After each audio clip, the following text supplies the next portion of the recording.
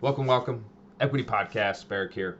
We're talking about the essential kitchen tools that you need for meal prep, nutrition, for making sure you're doing all the things right. Make sure we're getting real whole food, like the things that we need to help with that. And these are just like kind of like the top ones. This isn't an exclusive list of like everything, but there's going to be four of them. And then I'm going to have a little bonus one sort of as well. So the first thing is a cast iron pan or a stainless steel pan, something like an all-clad. These are just super helpful. You cook veggies in them, you cook meat, you can cook anything in them. They last forever. They're just rock stars. And the reason that I put this into the essential above like just a standard non-stick is because it's so versatile. There is a little bit of a learning curve with both cast iron and stainless steel cookware, but once you learn how to use them, they're dynamite and they're super easy to use. But the thing is, you can cook something on the stovetop with it, and then you can also throw it in the oven, which is awesome. And it can stand high heat, so it can take the broiler if you need to. So one of the things that I do a lot when I'm doing potatoes is like potatoes just take forever to cook. So what I do is I cook them twice. The first thing I'm going to do is I microwave them usually, and that just gets them soft, but that texture is just like not great. So then I throw them into my cast iron, I season them, and then mix it up, throw it into the oven, and just blast them with the broiler, and bam, they are dynamite. You get that brown Menard reaction. You get some bubbles on it, and then they're crispy and they're tender in the middle. They're just dynamite. So it's the versatility that the cast iron and the stainless steel give. You can use it on the stove. You can throw it in the oven. You can throw it underneath a broiler, and it's going to handle it. And you can keep them forever. Like literally, the cast iron that I have, I got from my mom, which she got from her grandmother,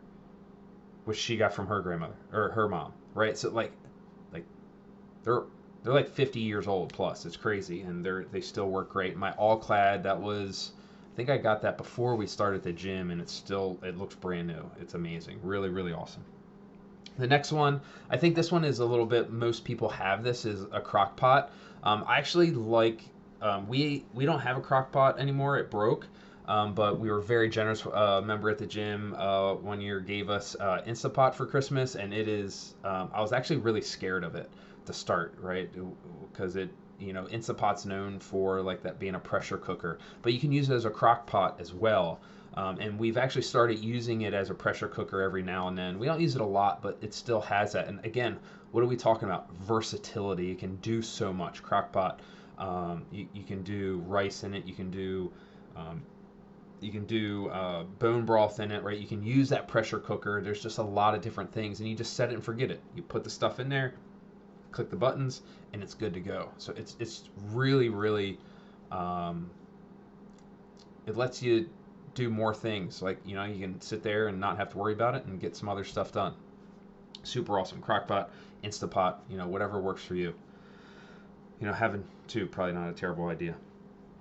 The next one, this is actually something that I'm going to start playing with. So I wrote on my sheet, when I was writing ideas for this, was sheet pans, right? And I think we see this all the time, and I post it on Instagram all the time, is when we're roasting vegetables, we use sheet pans. And that's great. But the one issue with sheet pans is that you probably want to put aluminum foil on it, unless you like have a sheet pan that's just for roasting vegetables. Just because like you're gonna have to clean it and you get some crud on it, and if you're gonna use them for baking, which is what they're really for, that could be a little bit weird. And then I was thinking about it. I'm like, wait, like I have a roasting pan. Like literally, it's the name of the thing, roasting pan.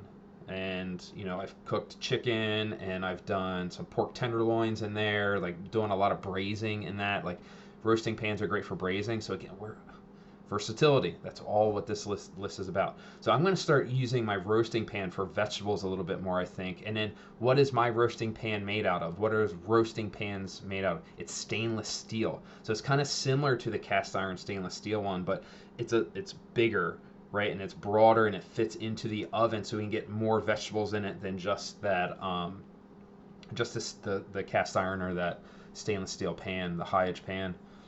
So that roasting pan, you can just throw your vegetables in there, little spray of oil, season it up, throw it in there, brown, delicious, and then awesome. And like I said, you can braise in that. There's so much you can do with roasting. You can roast, chickens and turkeys in that as well, for Thanksgiving or whenever. So really, really versatile piece of equipment to do, and I'm going to start using mine more. So I love doing these because this forces me to think when I do these, and I got a great idea from it. So sheet pans, if you don't have a roasting pan, use sheet pans, but just probably cover it with some aluminum foil or parchment paper. Either is work. Just parchment paper is a little more expensive generally. And then the last one, this is probably the most out there one. Not for me, but I think it's the most one to be like, what are you talking about, Berek? And that is a bowl. And a bowl with a lid, and then inside of that bowl is kosher salt. All right. So when Chris and I got married, we got some dinner plates and bowls, and they were all matching, right? And they're just like standard. It wasn't fancy. It's just it's our everyday plates and bowls and stuff. But that set came with like coffee stuff. So it came with like this little pour thing, and for like cream or half and half or milk or whatever, like for coffee. And then it came with this little bowl with the top, and I think it's meant for sugar, right? So you have tea and coffee. You have your bowl of sugar and your little pour for half and half. But we don't use it for that. So the pour we kind of use for cocktails every once in a while. We use lemon juice. That's neither here nor there. But we use the bowl, little ceramic bowl with a lid, and we put kosher salt in that, and that's how we salt things. Like, Berek, what? That's weird. Just use a salt shaker. The problem with table salt is it's all about shape, right? So kosher salt is flaky, and then table salt is very round. It's like sand. So think about when you like grab sand, it just immediately falls out.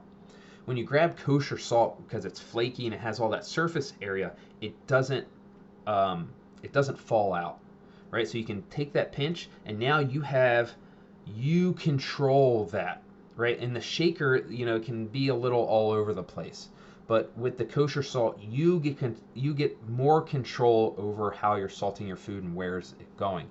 And then also that texture with the salt just makes I just think it tastes better. I like that texture of kosher salt. It's dynamite. I love it. It lets me control the salt on the food, especially because we do so much bulk cooking, with vegetables and meat. It lets me control exactly where it is. And with that salt shaker, it's hard to see the salt, and I'm not sure where it's going. It's just not it's just not ideal. I like the kosher salt a lot better. And then when you have it in a bowl, you can just pinch and throw it in versus it being in a box. So we have like this giant box of kosher salt that we get and just fill the bowl up. It's great. I highly recommend it. If you ever watch any like chef things, or like chef YouTube channels or whatever, it's always kosher salt, and you'll see them grab it and put it in, and that's because they have control over the salt, right? Because the taste, like, hey, we need to adjust the taste, and I want it here and there in certain spots. All right, so cast iron or a stainless steel high-edge pan, an all-clad. That's what I have. There's tons of different ones out there. All-clads are rock stars. A Crockpot or Instapot, one of those two, something for just low and slow and set it and forget it. Then we have sheet pans or a roasting pan, and all of these are like two. That's weird. Sheet pans or roasting pans. Again, that roasting pan will help you not use so much aluminum foil. and it's very similar to that high edge stainless steel saute pan. And then finally, a bowl of kosher salt. So random.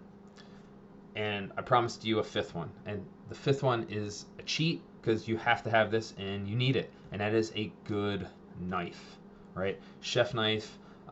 It starts with I can't say the word. It's a shiitake. That's a type of mushroom.